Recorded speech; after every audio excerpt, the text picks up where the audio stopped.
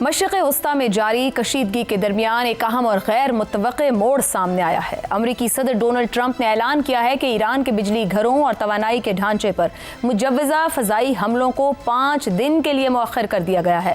یہ فیصلہ جاری سفارتی ملاقاتوں اور مذاکرات کی کامیابی سے مشروط قرار دیا گیا ہے۔ ٹرمپ کے مطابق گزشتہ 2 دنوں میں امریکہ اور ایران کے درمیان نہایت مثبت اور نتیجہ خیز بات چیت ہوئی، جو خطے میں مکمل اور حتمی امن کی طرف ایک ممکنہ پیش رفت ہو سکتی ہے۔ یہی اعلان دراصل ایک بڑے سوال کو جنم دیتا ہے: ٹرمپ اپنی ڈیڈ لائن سے پیچھے کیوں ہٹ گئے؟ 24 دن سے جاری یہ کشیدگی خطرناک مرحلے میں داخل ہو چکی تھی، جہاں عالمی سیاست، توانائی کی منڈی اور فوجی حکمت عملی ایک دوسرے سے ٹکرا رہی تھی۔ ٹرمپ نے ایران کو 48 گھنٹوں کی مہلت دی تھی کہ وہ آبنائے ہرمز کو کھول دے، بصورت دیگر ایران کے پاور پلانٹس کو نشانہ بنانے کی دھمکی دی گئی تھی۔ اگر امریکہ واقعی حملہ کرتا تو اس کے نتائج نہایت ہی سنگین ہو سکتے تھے۔ ایران کا توانائی کا ڈھانچہ تباہ ہونے سے نہ صرف اس کی معیشت کو شدید دھچکا لگتا، بلکہ پورا خطہ ایک وسیع جنگ کی لپیٹ میں آ سکتا تھا۔ ایران پہلے ہی خبردار کر چکا تھا کہ ایسی کسی بھی کارروائی کی صورت میں وہ خلیجی ممالک سمیت امریکی اتحادیوں کے توانائی مراکز کو نشانہ بنائے گا۔ اس تناظر میں ٹرمپ کا اچانک پسپائی اختیار کرنا کیا سفارتی قدم نہیں بلکہ ایک بڑی جنگی حکمت عملی کا حصہ معلوم ہوتا ہے۔ ادھر نیٹو ممالک کا رد عمل بھی اس بحران میں اہمیت رکھتا ہے۔ برطانیہ، فرانس، جرمنی اور اٹلی سمیت کئی ممالک نے آبنائے ہرمز محفوظ گزرگاہ کو یقینی بنانے کے لیے تعاون پر آمادگی ظاہر کی، مگر وہ براہ راست عسکری تصادم سے گریزاں دکھائی دیے۔ اب ٹرمپ کی جانب سے ڈیڈ لائن واپس لینے سے اہم سوال یہی جنم لیتا ہے کہ کیا یہ فیصلہ واقعی امن کی جانب پیش رفت ہے یا محض وقت حاصل کرنے کی ایک حکمت عملی؟ اس سب میں روس، چین، یورپ اور خلیجی ممالک اور امریکی ڈیپ سٹیٹ کا کیا کردار ہے؟ کیا امریکہ کسی بڑے تصادم سے بچنے کی کوشش کر رہا ہے؟ ایرانی میڈیا ٹرمپ سے مذاکرات کی مکمل طور تردید کر رہا ہے۔ کیا ٹرمپ اتنا بڑا جھوٹا دعویٰ کر رہے ہیں یا پھر ایرانی رجیم میں مذاکرات کو لے کر کوئی اختلافات ہیں؟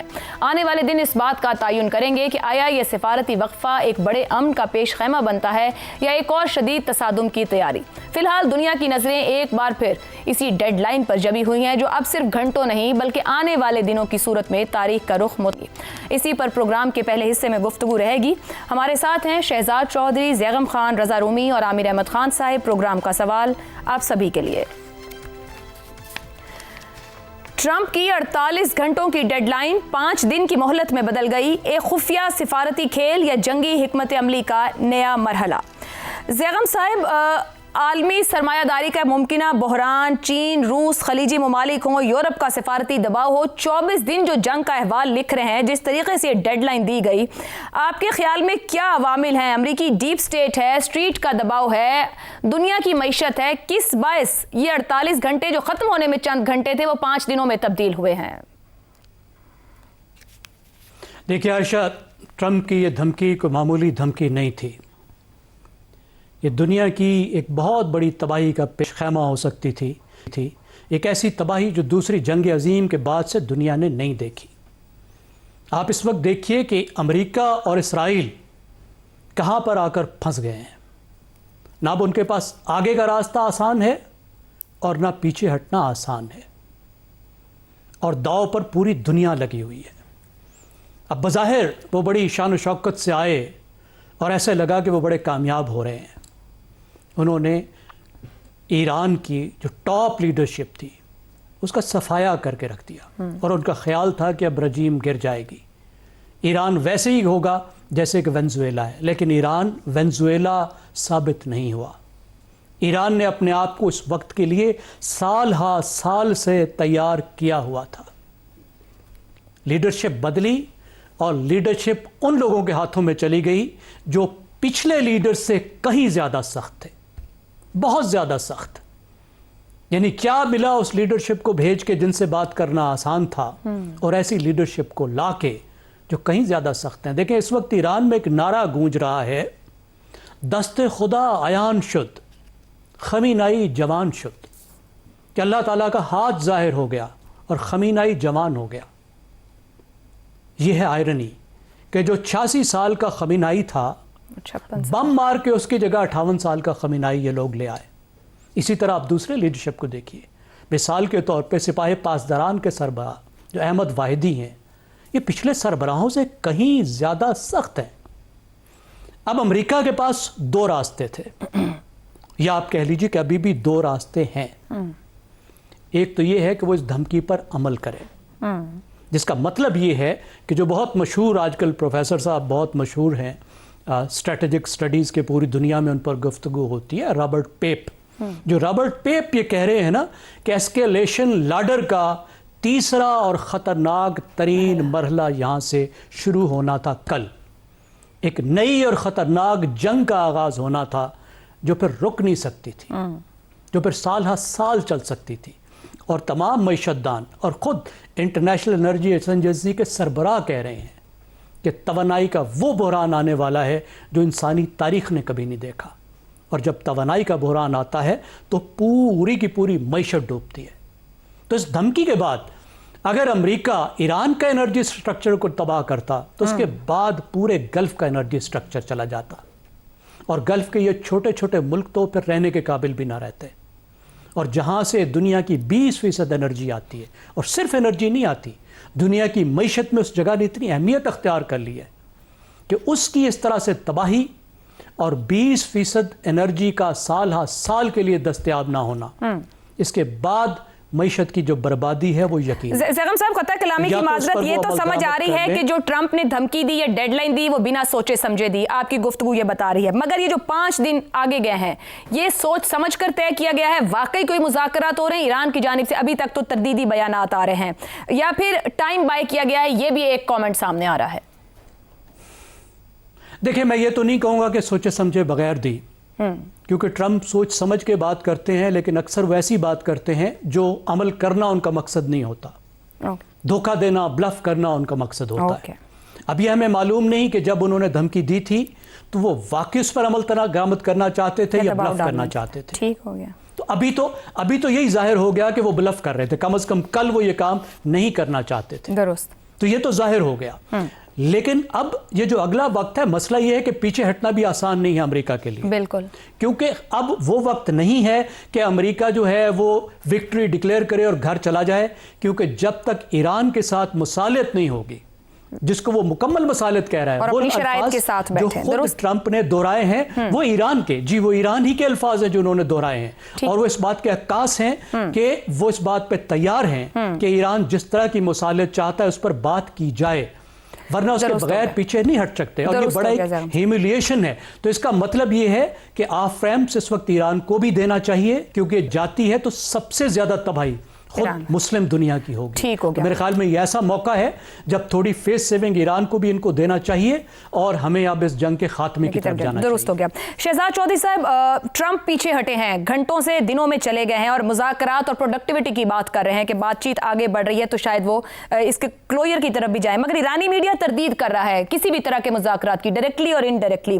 ٹرمپ ایران کے خوف سے ڈیڈ لائن, کیونکہ ایران ڈٹا رہا اور اس نے جواب دے دیا کہ وہ سب کو نشانہ بنائے گا, واپس ہوئے مجبور ہوئے ہیں, یا اتنا بڑا جھوٹا دعویٰ کر رہے ہیں مذاکرات کا, یا پھر ایرانی رجیم کے اندر مذاکرات جو ہیں ایک پیج پر موجود نہیں ہیں؟ آپ کو کون سا فیکٹر سٹرونگ لگتا ہے؟ میرا خیال ہے کہ ایران کا کسی چیز کو ڈینائی کرنا مذاکرات کا, خاص طور پر ایسے طریقے سے جس میں کہ ڈونلڈ ٹرمپ نے دنیا کے آگے یہ چیز بیان کر دی ہے, تو میرا خیال ہے وہ تو ہے کچھ نہ کچھ جس کی وجہ سے یہ ڈونلڈ ٹرمپ نے یہ بات کی ہے.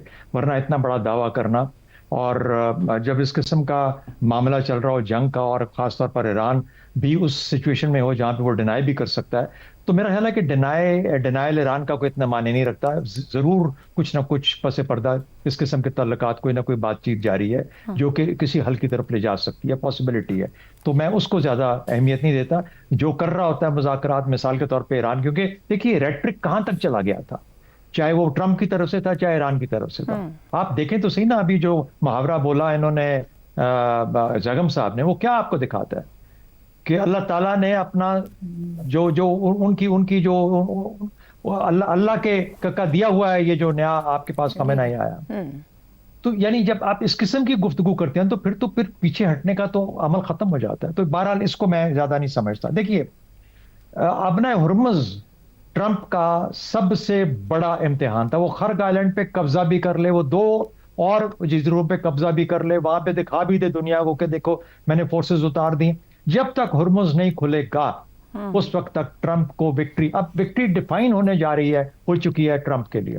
اس لیے اس نے 48 گھنٹے کی وارننگ دی کہ ورنہ اس کے بعد اب وہ ریٹرک تھا، وہ بات تھی، اور اس نے بھی شکر کیا ہوگا کہ کوئی نہ کوئی تعلق قائم ہوا، کوئی رستہ بنا جس میں کہ مجھے یہ کچھ نہیں کرنا پڑ رہا.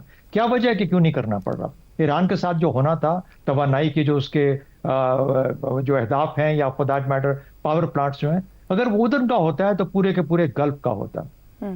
جب پورا گلف اور پورا ایران اس طریقے سے ان کے توانائی کے جو سینٹرز ہیں وہ ختم ہو جاتے ہیں، تو پھر دنیا کا حال سوچئے کہ یہاں پر جس طریقے سے کہا گیا سالوں تو نہیں صحیح چلے، سال 2 سال کتنا عرصہ لگے گا اس کو ریکور کرتے ہوئے؟ کس طاقت کے ساتھ ریکور کر پائیں گے؟ کون ریکور کرے گا؟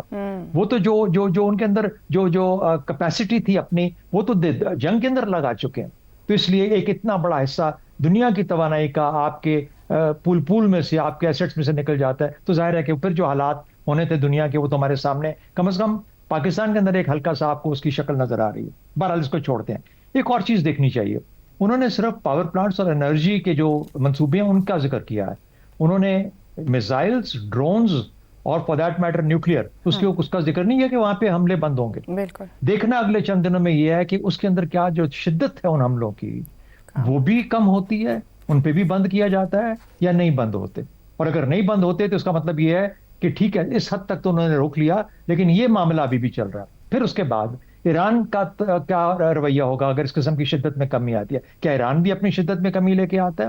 اگر ایسی چیز ہے تو اس کا مطلب ہے کہ کوئی نہ کوئی بات چیت آگے کی طرف جاری ہے. اسرائیل کا کیا رویہ ہوگا؟ کیا اسرائیل رکتا ہے ٹرمپ کے کہنے کے اوپر، یا وہ اسی شد و مت کے ساتھ لگا رہتا ہے ایران کے خلاف حملے کرنا؟ تو یہ چیزیں آپ کو، یہ وہ اشارے ہیں جو بتائیں گے کہ کیا بات چیت کسی طرف جا رہی ہے، ہو بھی رہی ہے، اور اگر جا رہی ہے تو کس طرف جا رہی ہے. فائنلی ایک اور چیز فائنلی دیکھیے، ابھی 5 دن ان کو چاہیے، وہ جو فورسز چلی ہوئی ہیں نا میرینز کی، 4 سے 5 دن چاہیے، وہ اگلے 2-3 دنوں میں، 4 دنوں میں پہنچیں گے یہاں پہ. تو اگلے ان 4-5 دنوں میں اگر تو کوئی صورت نکلتی ہے دنیا کے لیے اور دنیا بھر کے فائدے کے لیے اور دنیا کے توانائی اور انرجی اور خاص طور پر معیشت کے لیے، کہ کوئی بچت کا رستہ نکل آئے، ایران اپنے معاملات، اپنے جو اس کے نقصانات ہیں ان کو کم کرنے کے لیے بھی ریڈی ہو جاتا ہے. یعنی ایران بھی تھوڑی پازیٹیوٹی دکھاتا ہے. امریکہ کو بھی سمجھ آ جاتی ہے کہ ایران ایسا نہیں ہے کہ میں اس کو رائٹ تھرو نہیں کر سکتا، مجھے اس کو برابری کی سطح پہ کسی حد تک ایک لیول پہ دیکھنا پڑے گا، ایک سیٹل کرنا پڑے گا بیلنس اپنے تعلقات کا. اگر یہ ساری چیزیں سامنے آتی ہیں تو ملک کے، دنیا کے لیے یہ ایک بہت پازیٹیو چیز ہے. امید رکھنی چاہیے کہ اس سے کوئی پازیٹیو چیز نکلے گی. ورنہ یہ ہے کہ اگر 5 دن کے بعد بھی آپ فیل کر جاتے ہیں تو وہ جو افواج چلی ہوئی ہیں میرینز کی ہوں یا کسی یہ جو ان کے ایئر بورن ڈویژنز کی، وہ پھر کچھ نہ کچھ تو کر رہیں گے، اور وہ لیول ہے جو کہ پھر ریکوریبل نہیں ہے، وہاں سے واپس آنا مشکل ہو جائے گا. جس سے کہا گیا کہ وہ نیکسٹ لیول آف ایسکیلیشن لیڈر ہے جس کو کنٹرول کرنا امپاسبل ہو جائے گا.